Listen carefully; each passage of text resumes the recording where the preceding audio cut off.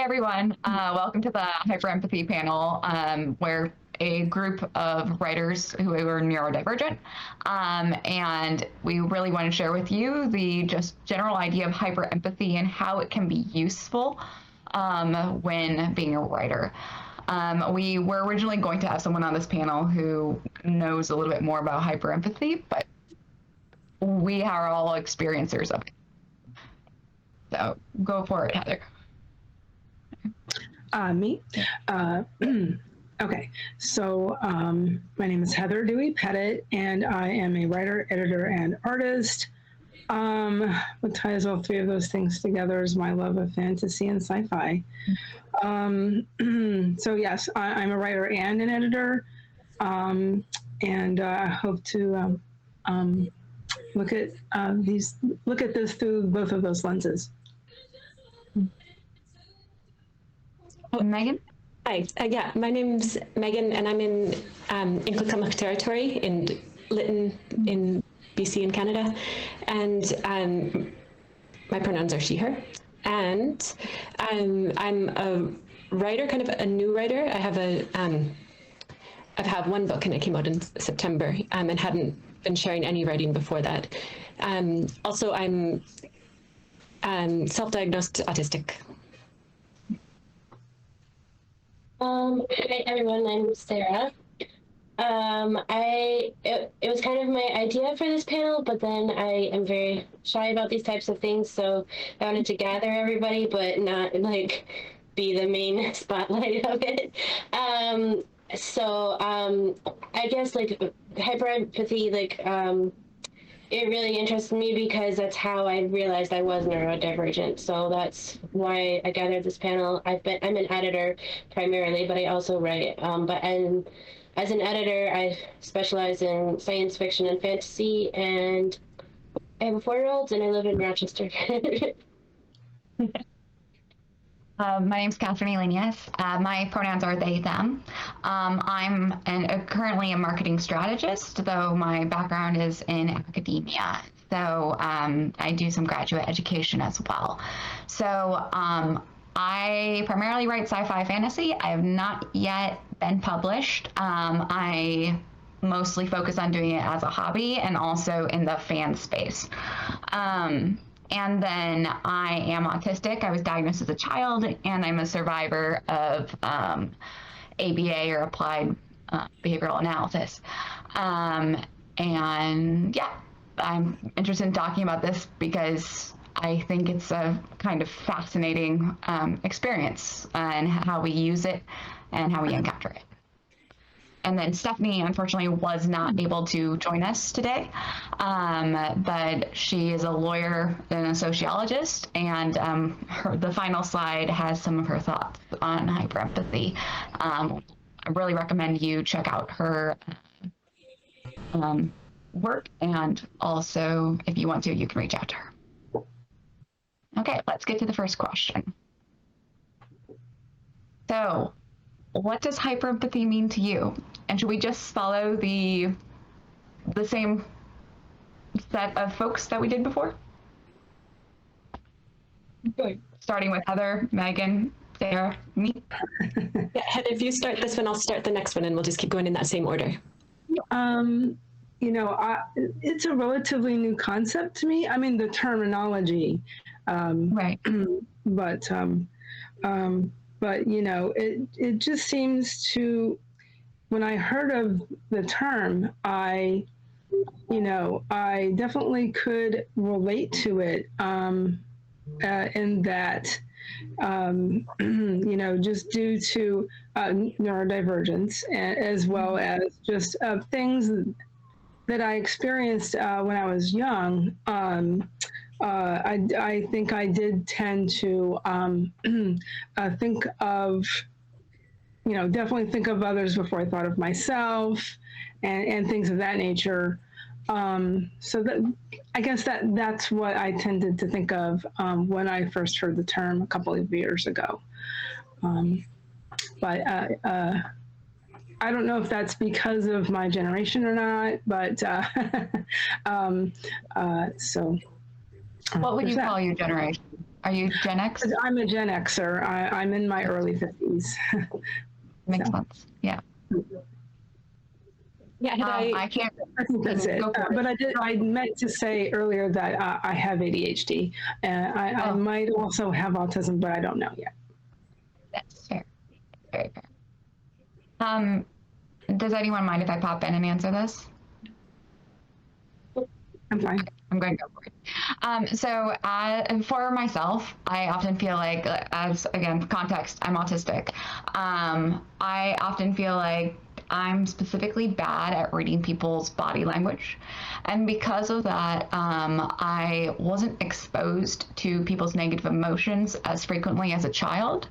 So for me, when I notice that someone is having a negative emotion, I have such a strong, emotional response to their emotion that really has continued on even into my 30s. So I think in some ways it's that level of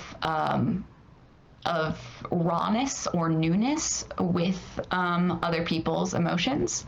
And then it's also the fact that I I don't learn how to interact with people in a generalized way. So because of that, I tend to learn how to interact with people in a very personalized to them way, which means that I can be hyper empathetic with individual humans because I know exactly what that facial expression means for them, but I wouldn't necessarily be able to generalize that to a group. That makes a lot of sense for me, except having a different experience, having a lot of negative emotions around me as a kid, and so having to really pick up on them all the time for my own safety. And so it became, I think, even I read in one of Stephanie's, one of the scientific based notes in our slideshow that hyperempathy becomes hypervigilance or vice versa. So for me, it's hyperempathy is always picking up on those tiny subtle changes in someone's demeanor or on whatever it is, but not only picking up on it, but then it becomes what I'm feeling. So it's almost, it's not relating to someone, it's becoming their emotions, to the point that even, I'm autistic, I'm gonna overshare, through an abusive marriage, it was, I became the other person's emotion so much that I completely lost who I was, for example. And so, but in another way, I can be, such a supportive and great friend because I can tell just from this tiny subtle cue, I don't know if it's something in their physical presentation or their voice or whatever it is, I can, I can say what I'm what they really need to hear, for example. So it's because that's what I need to hear, because that's what I'm feeling their emotion, if that makes sense. Yes, that makes perfect sense. Sarah, did you want to chime in? I think a lot of my experience is very similar to Megan's, where as a child, I was exposed to a lot of those negative emotions, and learning to watch out for that, to be prepared for that, as part of your coping mechanism. So mine anyway. So I had to be able to identify it quickly, the emotion, and prepare myself. So that, I think, grew into an intensity that later on, when I was in my 20s, I was very, very, I'm not as spiritual anymore, but I used to be, and I used to believe in empaths, and I don't know if I do anymore, but I did think I was one. And it's the same, either way, it's the same results, is that I had to learn how to not internalize those emotions from all those around me, and I had to learn how to protect my own self. And I guess that's what I have to say about it. Sorry, if I can just summarize, kind of from the panel so far, is that at least when it comes to what hyperempathy means to us as a whole, is that it can be kind of a disturbing experience. if you're not used to it. And also, like, it has its positives that we've all seen, but it also has this like overwhelming effect if you haven't learned how to protect yourself through it. Yeah. Sorry, I just wanted to have that summary so that we can go on through. That's great. Thank you. So, what has, and I just want to say is that we went a little long answering that one, so we'll try to be on this one a little shorter, but I think it's good to be a little long on that one because it was kind of important. So, what has been your experience with realizing that you have hyperempathy? Like, when did you realize it? When did you realize that it was unusual? I can start that one. So I've always known that I'm highly sensitive, except again, in that unsafe environment I was growing up in, I was too sensitive. And so I didn't, at the time I didn't notice like that it also meant too sensitive to stimulus, like I'm wearing my earplugs right now, but definitely like too sensitive to other people's emotions, feelings hurt too easily, all of these like too much, too intense, all of that I think a lot of neurodivergent people hear as a narrative, either from their own family or from the world around them. And so it was probably in my 30s that I started to realize, like, for one, that the sensitivity is more than just having hurt feelings all the time, that the sensitivity is like sensitivity to the external stimulus, to like, I mean, to a lot of things, but at the same time, I was able to finally realize that being highly sensitive means that I am more than usually highly sensitive to other people's emotions too. And then to finally realize, you know, that gave me room to set a boundary. But I probably, like Heather, I didn't have words for it, I would bet, until I started to like look more into neurodivergence, more into being HSP and then autistic. And then, yeah, that's my experience.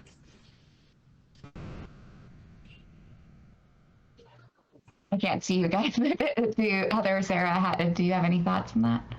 That was basically my experience as well. You know, just, you know, it took me becoming diagnosed with ADHD to really start when I was in my early 30s. That seems to be a constant here. I don't know why. It's interesting. But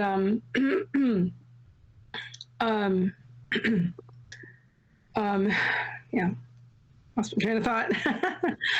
That's okay. Don't worry. What a shocker. We'll catch you up on another question when it comes back. Oh no. Yeah. Okay. So my thought on this really quick for myself is that, like I said, I was diagnosed when I was a child, and I don't know if anyone else is a survivor of ABA, and as you can tell, I am fidgeting with everything because I'm stressed talking about it. But you hear that you have no empathy for so long that I really thought that everyone else was more empathetic than I was. And that I was just too sensitive to it, and that they were just so good at both feeling everything and also managing their feelings, and that I was a bad person who could only hurt other people. So I didn't realize that I specifically had hyperempathy until probably a good 5 years ago, which was my late 20s. But I had started to realize that it was a gift instead of a curse in my early 20s. And it was actually unusual. Yeah. I was, as I mentioned in the first one, I like, the concept of hyperempathy is really what brought me to realize that I was neurodivergent. And I think with that same thing, of being told that if you're like autistic, that you're not capable of empathy, or at least not to the degree that like others are. And when I was looking into the concept, I was just like finding out how different the reality is, which as with a lot of things, and that there's actually quite a large number of people on the spectrum that that experience empathy as this hyper empathy like phenomenon. And then I was like, oh, like that was like the key that just like clicked everything. Oh, now this behavior of mine makes sense. Now this coping mechanism makes sense. And it just like kind of, I dropped chopsticks, started me on my journey.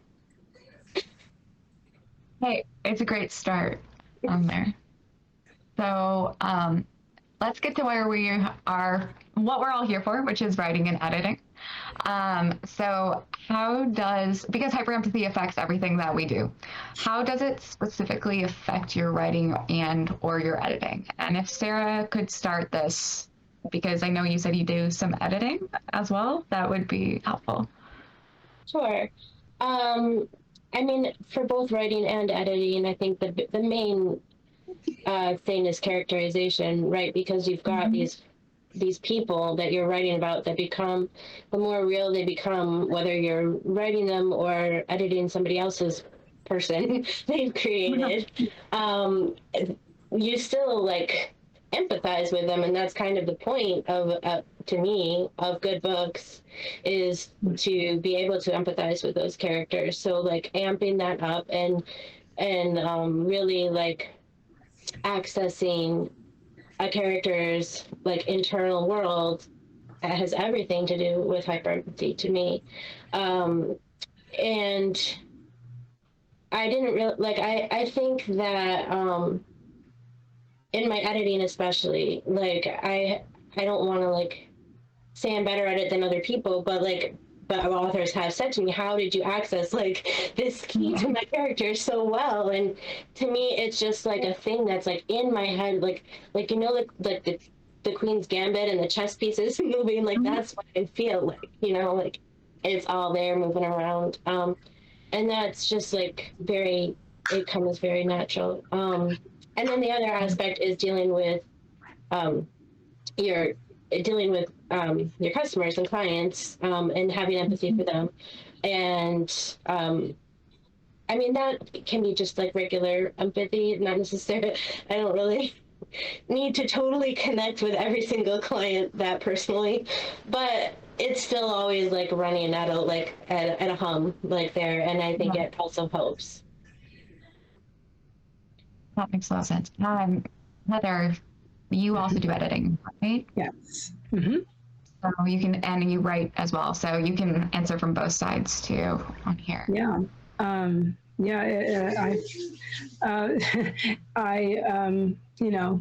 definitely ditto everything Sarah said, because I've always had the impression that that's what books are for, is so that you learn somebody else's point of view. Anyway, so especially correct. But anyway, so in terms of editing,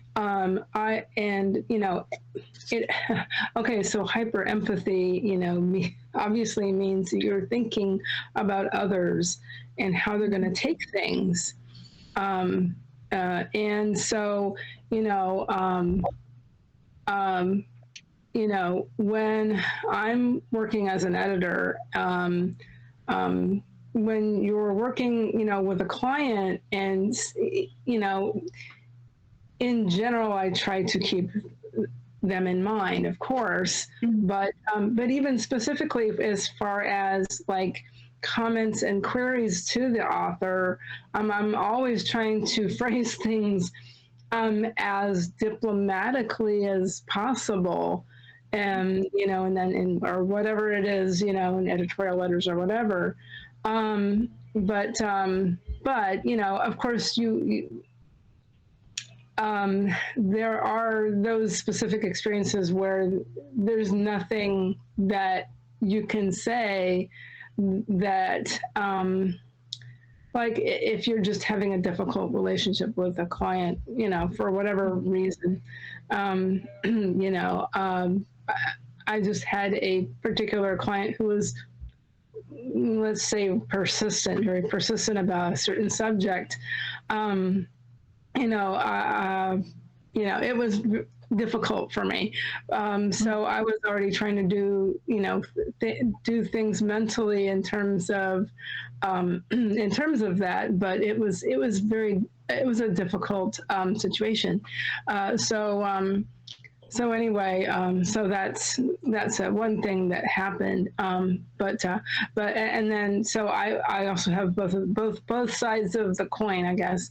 So then as an author, I'm writing a fiction novel, a fantasy, of course, writing a fantasy novel.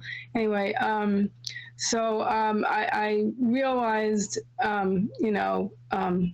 after working on it for some time, I realized how much my main character is just like me. So very much author insert. So anyway, she's quite ADHD and sensitive in many ways, if you get my drift. And so she's also quite in her head. So I'm writing it in third person deep POV, of course. So.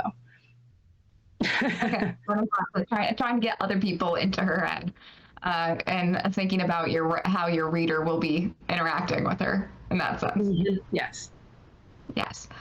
You do poetry, right, Megan? My book is poetry, and I also am a poetry editor, so I relate with what Sarah and Heather are saying about. You also do editing. Okay. Yeah. But yeah, like definitely hyperempathy helps me when I'm editing poetry, of really like feeling the poet's voice. Again, right. Like their feelings. I become their feelings. I guess. But I wanted specifically, actually, I wanted to join this panel, like to talk about my experience with writing my book, because it's been, huge in my life. So I'm going to monologue for a minute here. But so the village that I'm from is Lytton, and it was in the news a couple of years ago, June 30th, 2021, when 90% of town burned to the ground. And so, sorry, I just triggered myself even just saying that. So I lost, I had an art cafe in town. I grew up here. I'm a single parent raising my daughter here. My family lives here, but this is, and most importantly, this is my community. So we lost everything. I was at my coffee shop. I ran from the flames, but my house is still intact. So I came back after a month of evacuation. We weren't allowed back for a month, but I came back after a month to a burned up town, and have been raising my daughter here ever since. So in that year, in the first year, it was like one natural disaster after another, right? Because the mountains burned for months after town burned down. We're in the middle of nowhere. Everything kept burning. And then we had because all of the trees were burned, they weren't holding the mountainsides in place. So there was flooding, highways washed out on either side of town for 4 months. So there were helicopters bringing in food for a little while. We lost grocery stores, we lost hospital, we lost every service. Anyway, so it's really intense. This is what I'm trying to say, is that it was ongoing trauma, right? So the trauma of running from the flames, but then also the trauma of now trying to survive in deep trauma as a single parent, unsupported, in a burned up town with this ongoing onslaught. And it was just over a year after that I thought, okay, I'm going to write one memory out for a friend. And that memory came out as a poem, and I hadn't written poetry since I was a kid. But that memory came out as a poem, and for the first time, actually putting words to the experience, I started crying deeply for the first time since the fire. And the reason hyperempathy comes into it, was because throughout the experience, Lytton is in primarily Indigenous community, and there's a few thousand people in the surrounding area. We lost 90% of town, but there's still a bunch of people on reserve land around us. And all of us, whether we lost homes or not, businesses or not, we all lost our community, and we all were going through that trauma. And the collective trauma I'm sorry, by the way, that this is like probably out of the blue for everyone, not expecting for me to be trauma sharing, trauma dumping. But anyway, but it is to do with the hyperempathy because it was this collective trauma, right? So imagine, like, I think we can all imagine even being through COVID, the collective trauma of that. And so you're having your own emotional experience, but also picking up on that energy of everyone around you, being hyper empathetic, right? I mean, even just being empathetic through that, you can feel people around you, but then like when it's augmented, right? So for me, it was my trauma, but also like I would be having like such a horrible time and then look at the faces around me and see how horrible it was for them. And then so I'm becoming their feelings and like, and in a way it was actually, it helped because I knew, for example, when I was at my lowest, I knew that other people were at their lowest too. I could pick up on that and I knew that they would make it through it.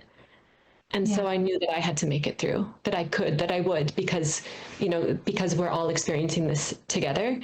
And so when I started to write it out with that first poem turned into like 1, 2, 3, 10, 20, 40. And like, I was just like writing for months, but every time I wrote another poem, I would share it with someone. And again, the hyper empathy was amazing because I would share a poem with like a friend or a community member or even a stranger, and to feel their emotional reaction in response to my writing.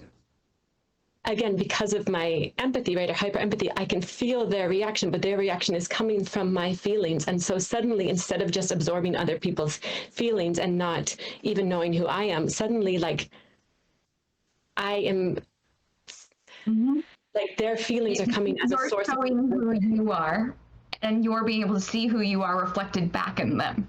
Exactly. Yeah. So for me, it was so healing and so validating, and just like that experience of being able to write that out so deeply, so personally. It's almost like it was so personal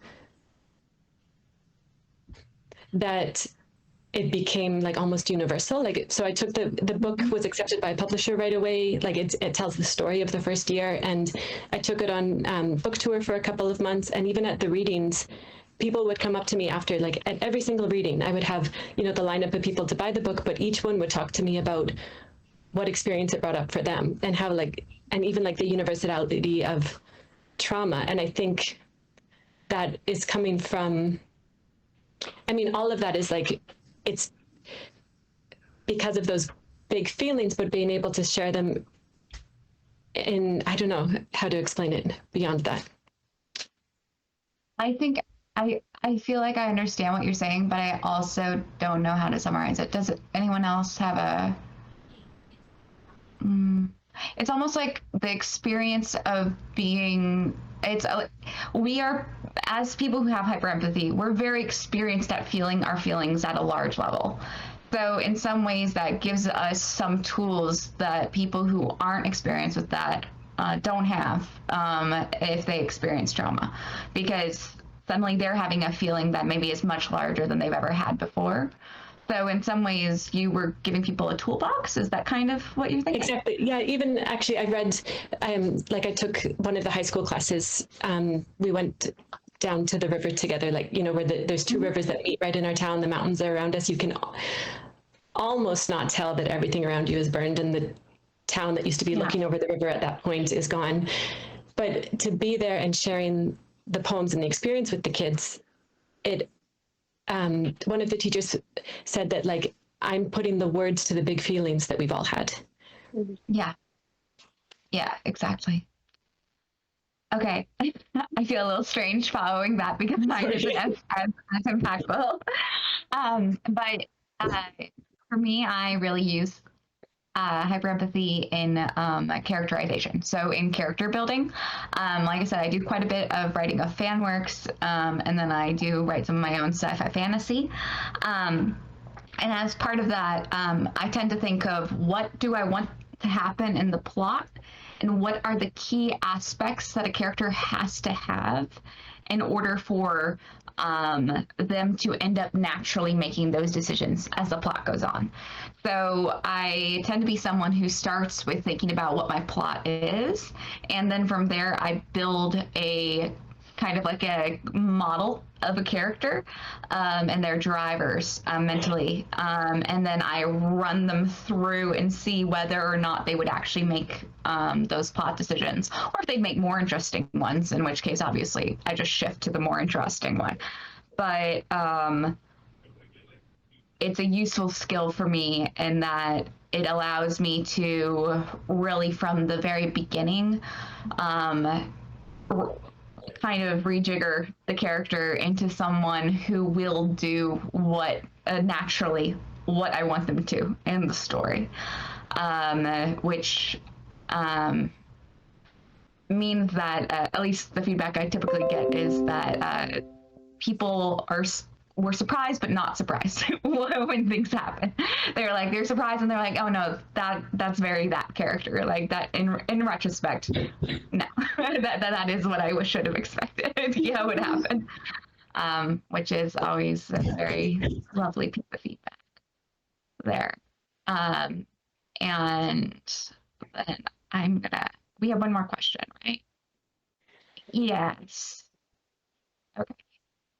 And I think our summary here for hyperempathy for how it affects our writing and our editing is that, again, having big feelings is both good and bad, like we said in question 1. But one of the major things is that it allows us to both empathize with our characters as well as our readers, as well as our editing clients, which can be extremely helpful, though it can be a little bit draining if you don't put in the correct boundaries while you're doing it. Okay.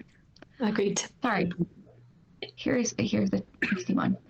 So what would you as a panel recommend for someone who has hyperempathy but has not started utilizing it as a tool in their writing and or editing? And I'm going to take this one as I think I'm the 4th person in that row, so I'm going to start here. So my general recommendation is to start in a fan space if you've not used it at all. This is for writers specifically.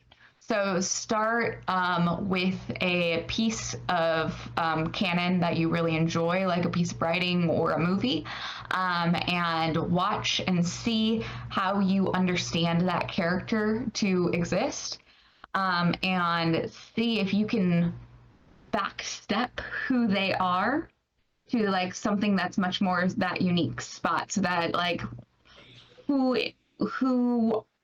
is that character at heart. Like when you even watch a movie and you find someone who's a background character and has like 10 lines and they catch your attention, like try to figure out what parts, use those hyperempathy skills to figure out like what parts of those personality are so key to them coming across in a movie or TV show or book, obviously. And see if you can actually write a story about them, and if it rings true to you in doing that, because I think that the fan space, if you want to stay there, fantastic, but it's also a great playground.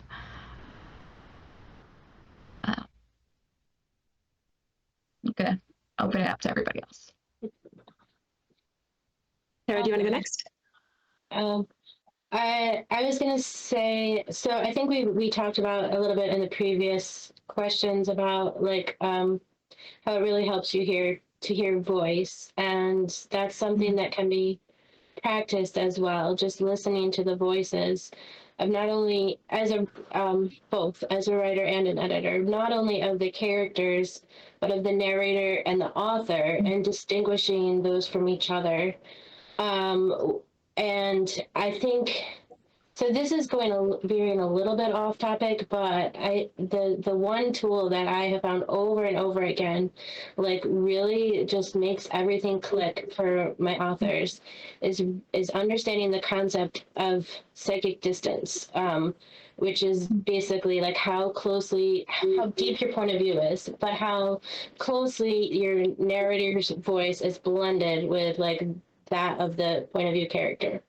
So like in order to utilize that and to manipulate it, because you can zoom in and zoom out seamlessly without like disturbing the readers if you have control of it. And like one of the biggest tools is learning to differentiate those voices and basically like operate in the voice of whoever you're trying to like access at that time.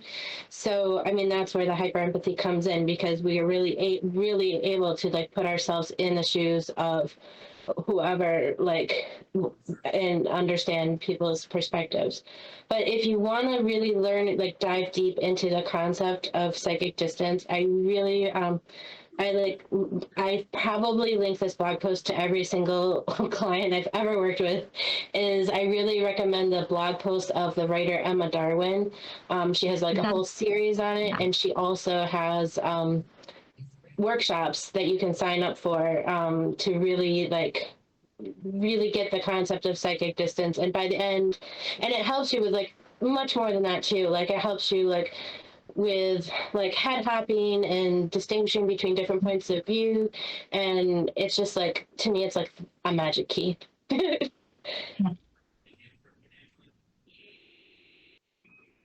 I'm done. I'll go.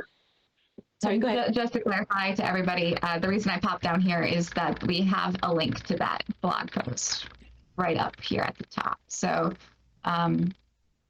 you should have access to that. I don't actually know if this will be posted up, but Emma Darwin is the. And I'll go next because Heather, I see you're still muted. I think for me, for how hyperempathy can be used as a tool for writing, I think it's if you really let yourself like step into the feelings, you know, of the character of the scene, but like so to the point again that they become you, right? So if you are part of it, you're not just from a distance observing it, because that's something that it would be nice to be able to do more often, just observe the emotion without feeling them. But I think actually stepping into them can really help with writing, because it will, at least in my experience, but I think in what I've read as well, that if you are stepping into those emotions, it's going to make really like almost subconscious or unconscious changes to your word choice, to your sentence structure, to your diction. So in other words, your tone of voice will change based on the energy of that scene. So yeah, for example, like I have one of my poems is about visiting the ruins of my coffee shop. And I remember at the time being just like completely in shock, right? Like this is like months after we were finally allowed for the first time, but I wasn't even allowed to step off of the sidewalk onto my property, and just looking at the ruins and being in shock. And I stepped into that shock again when I was writing the poem. And I feel like I was able to convey it in the language, just being kind of like almost like so distant, right? But in other scenes, like it's also the book is a love story, and to step into that love and like to bring in all of this like intimacy, and the language is so different if you compare those two poems. And so yeah, so I think that's my recommendation. It's just like really allowing yourself to step into it and feel it, but also knowing that you're doing that in a safe way, right? Like you can step into those feelings, but you are also able to step out again. Yeah, I think that's a really good point. Sorry. Sorry, I was going to say, so sorry, I can't see. But Heather, I'm going to let you talk in just a moment. I was just going to say, I think it's just a really good point to verify is that make sure that you're keeping yourself emotionally safe while using hyperempathy as a tool. Like if it's starting to become overwhelming, you can distance yourself, use grounding techniques, etc. Go for it, Heather. Me? Okay. Yeah, in terms of writing, yeah, because my character is very much, you know, like as I said before, she's very, very, very sensitive in many ways. Luckily, she's been taught some breathing techniques. So, so yes, it's like I was teaching myself at the same time I was creating this character, some things that I needed actually. So I find that very interesting, and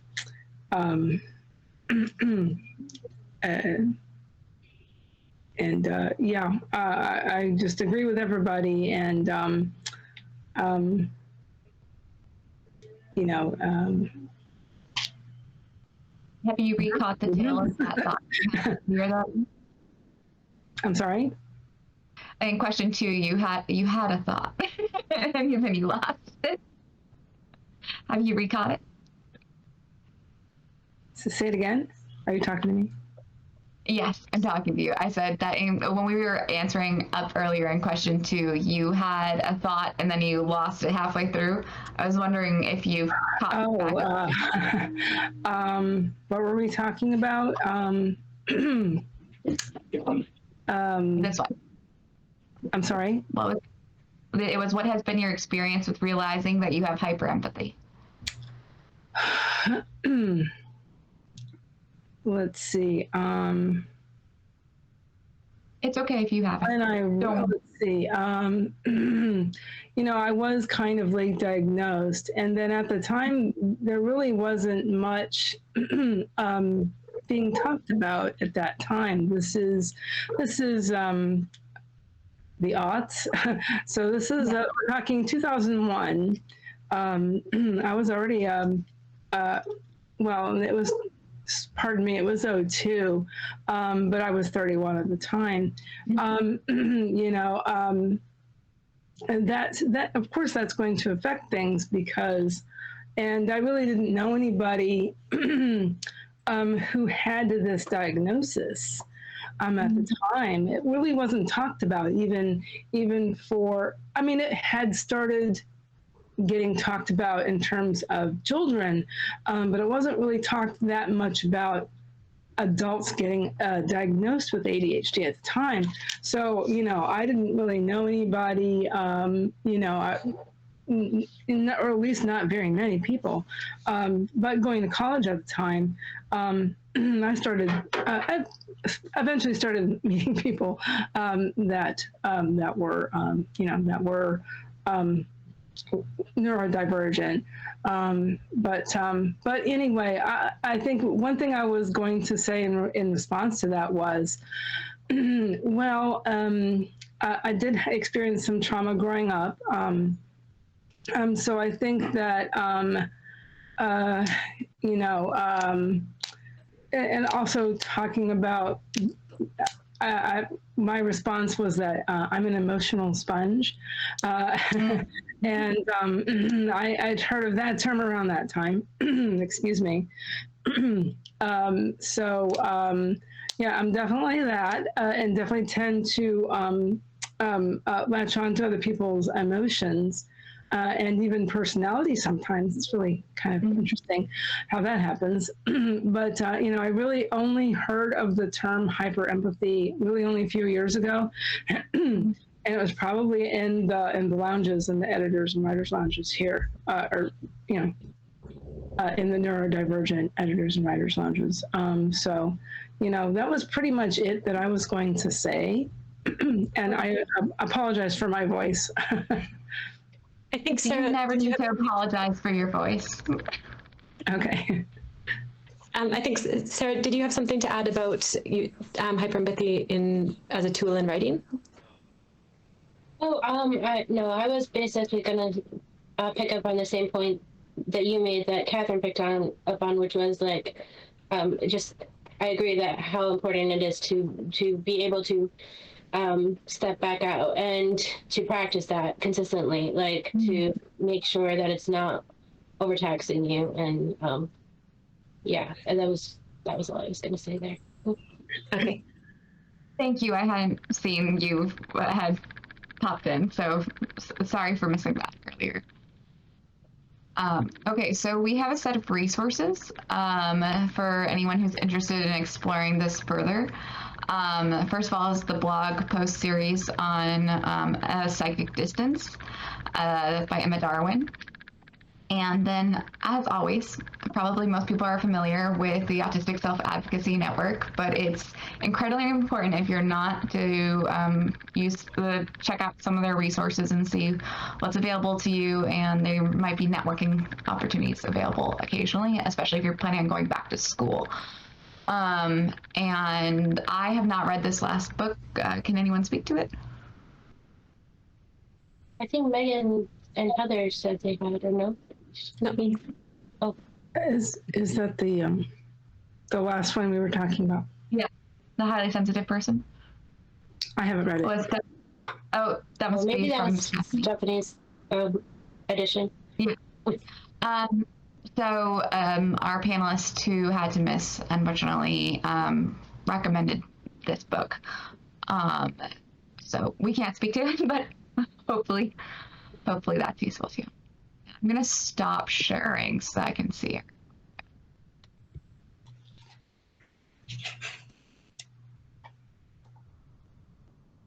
There's one question from Dana about how you get back to normal after experiencing a hyperempathy episode.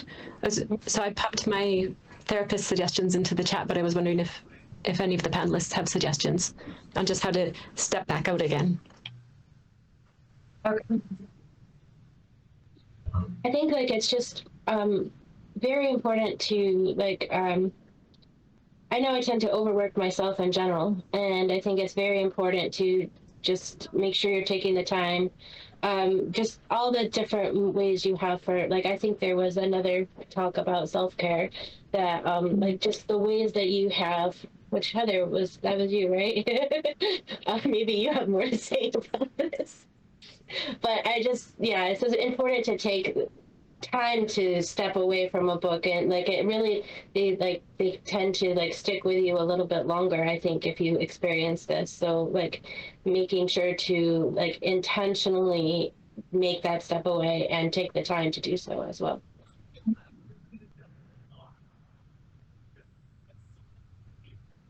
Yeah, I agree. I think even sometimes like physical distance. So if it's like a person triggering it or an experience, but even like somehow getting physical distance from it, but then also turning off the overthinking. And so it's right, because you can just get trapped in that. So I think that's why my therapist recommends like doing something that completely cleanses your mind, right? Like let cold water run over your hands and actually feel that for a minute to actually like give your brain a break from that and break that incessant cycle. Yeah, something that can be really helpful is I think the term my therapist uses is mono focusing or monotasking. So that'll be like I will grab like a really soft blanket, or I might grab my cat and like, just something where I'm just touching the same thing over and over again. And then that will let my brain break out of some of that anxiety spiral that can sometimes occur with hyperempathy.